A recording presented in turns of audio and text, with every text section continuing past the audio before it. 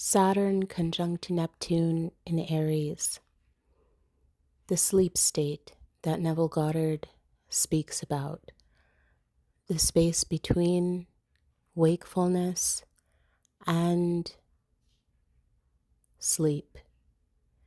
It seems that with the interpretations that we have of Saturn,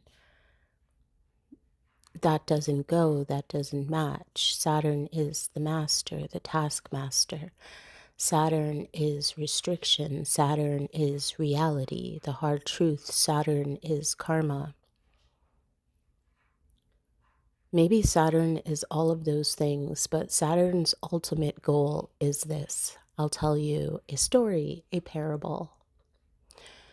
I was driving home one night, and there was a car in the middle lane with its flashers on, and traffic on both sides had to go around.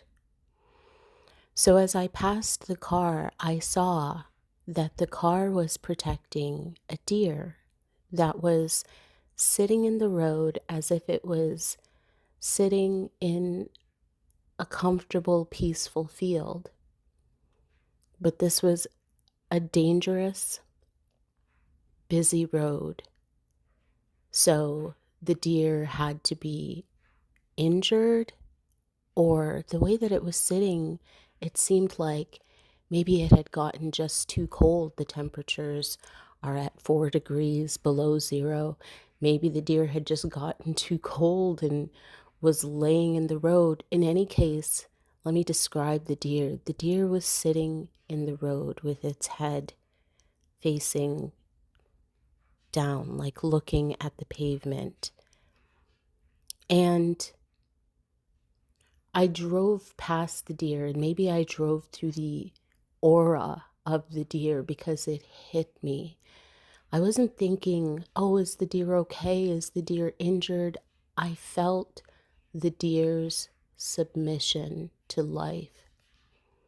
And I realized one day, every single one of us will be that deer 100% and completely in the hands of life, with no control, no illusion of control, no illusion that we can do it our way.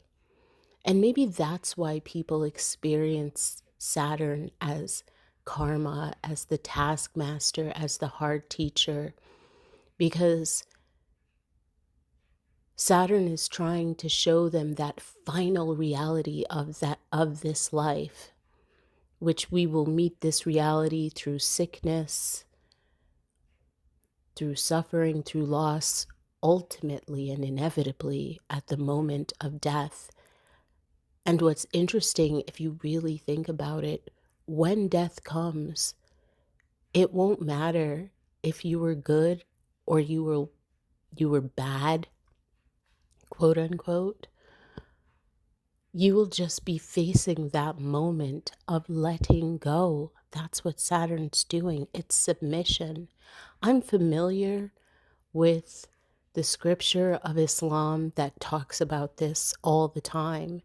And you imagine Islam probably, especially if you're in the West, as a strict religion, as a hard religion, maybe even as a violent religion.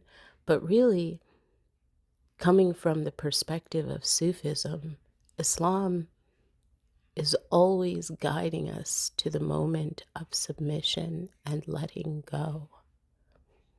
And then here comes Neptune, which is Jesus, the inner child, freedom, the dream.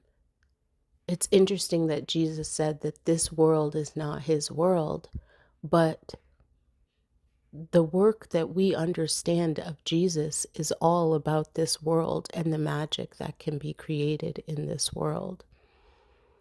So in this conjunction, there might be suffering, and it might feel very much like Saturn, but it's just to make us let go where we're holding on with a death grip. We're the ones creating that experience of torture and suffering. Saturn is coming in to make us let go so that we can dream the dream, so that we can dream very well, so that we can dream efficiently, clearly, magically, so we can dream hard, so we can make our own dream come true.